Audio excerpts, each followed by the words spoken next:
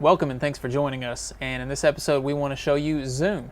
And Zoom's an extremely popular video conferencing software that many companies and businesses and people use online for webinars and meetings online, but also it's being used in our educational systems right now since people are stuck inside and they're having to communicate with their students at home. This has become a hugely popular tool for that. And so I want to show you what you get with Zoom. It's free.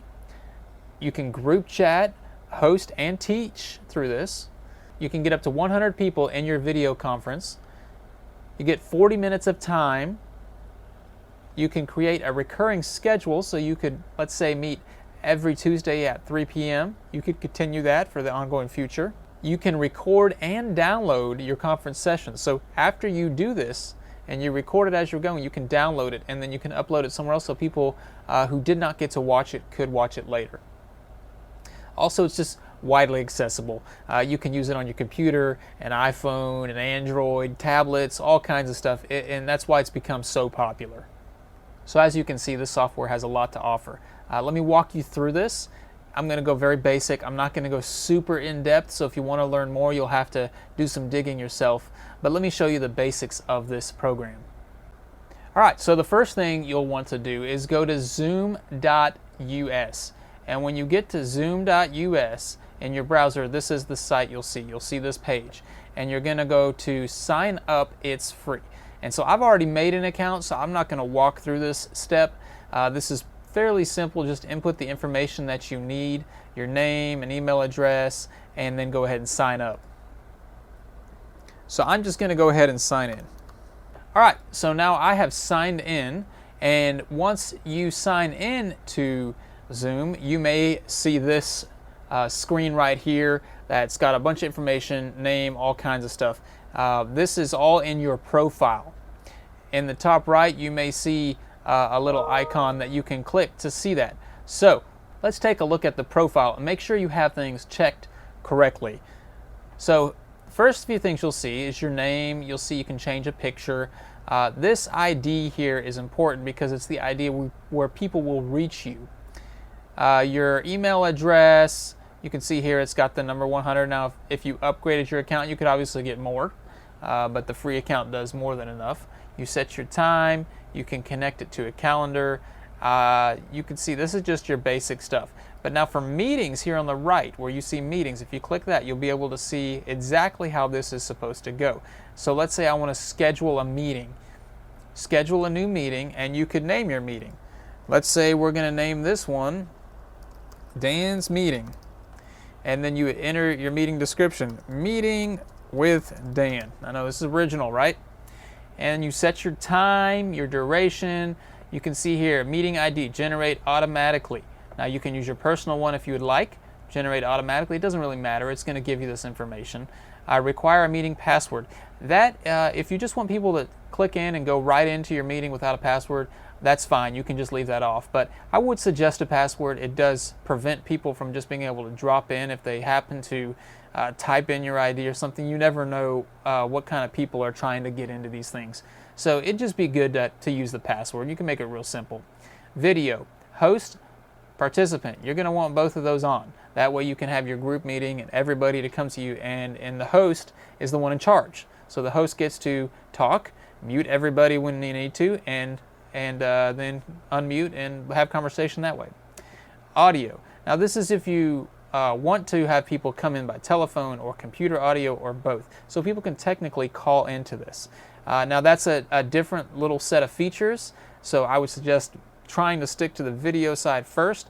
Right now my understanding is the telephone side has been shut off for the free accounts just because of the mass of people that are using this with everything going on with this quarantine.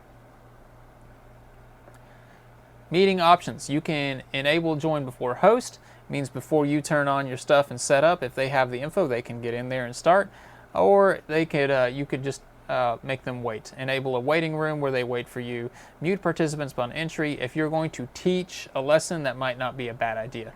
Record meeting automatically on the local computer. This is huge because you can then record this if it's a teaching session and then go ahead and play it back later for other people, like upload it to something else. So this is a pretty cool tool, and you hit save. All that's going to be set. It's going to have, oh, Dan's meeting ready to go, and you can see the URL right here. If I give this right here to people, that is how they'll join. So I can send that in an email. You can see, copy the invitation, and if Dan Mingo is inviting you to a scheduled Zoom meeting, copy a meeting invitation. You just go to your email, stick it in with all the email addresses you need, and send it, and there you go. It's got the ID, and you're good to go. I did not check password, that's why it doesn't have it. If there is a password, you would send that as well with it.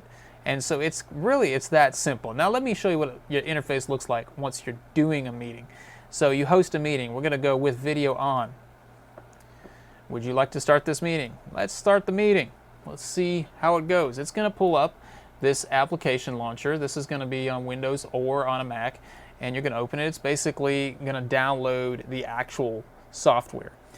Join with computer audio is what you want to use, and you can see that my video is working great. Everything's working here. So let's see, how does this work exactly? Well, here's your audio, here's your video. If you click mute,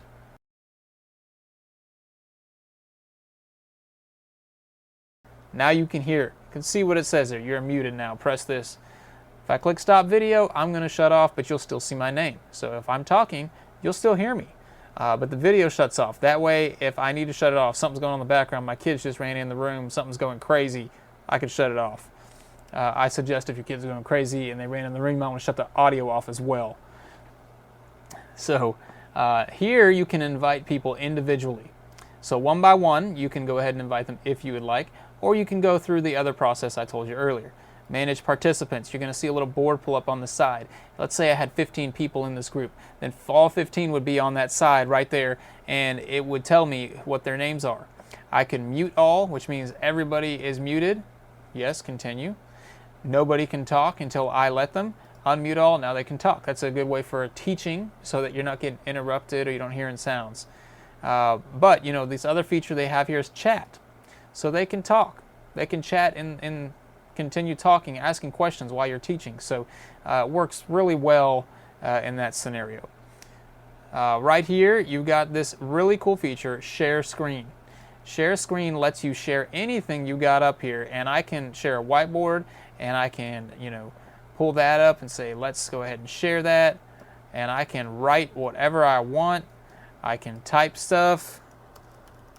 So you can have a full illustration time here within Zoom if you would like to for people. You know, you can also share PowerPoint if you had one open. I've got all kinds of stuff open here, editing systems and audio things. I could share all that with you if I wanted to. And so really kind of a cool feature there. And you can see here, pause, stop recording. Why? Because I checked record my stuff earlier. So it's recording this whole video that I'm taking right now. And then, you know, reactions. Okay, yay, woo. That's just stuff everybody wants nowadays, those emojis.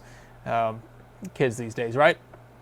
So this is basically how it works. You can also look here, if you can see where the chat, you can tell how the chat's going to work, and you could share a file with everybody if you'd like. So that it's a very pretty simple system. There's a lot there.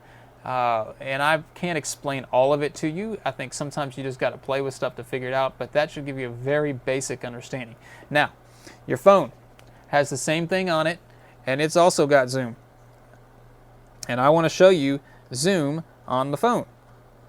So Zoom on the phone is very similar. You're going to see that it just has different places, new meeting, join, schedule, share screen. It's the same concept. Really, if I hit new meeting, it's going to go up and say that, start a meeting. You're going to see, oh, it's my phone. That's all it is. And you can invite, you can stop, you can share content. Same concepts basically. So it works pretty similar to the computer. But the cool thing is you can start it on your computer, start it on your phone. People can join however they want. So when you're done, you then go end meeting. And when you end meeting, it'll say end meeting for all or leave meeting. If you're just joining, leave the meeting. If you're hosting, end the meeting. You're done. That's it. Now it's going to convert meeting recording. You'll be able to save that wherever you want. Now I know I didn't answer everything for everybody. And I encourage you to just maybe search the internet a little bit, find out what you need if you have more questions. But feel free to drop a line in the comment sections and any of the places you see this video, or just shoot me an email and we can talk and I can try to help you out through this process. Thanks for joining us.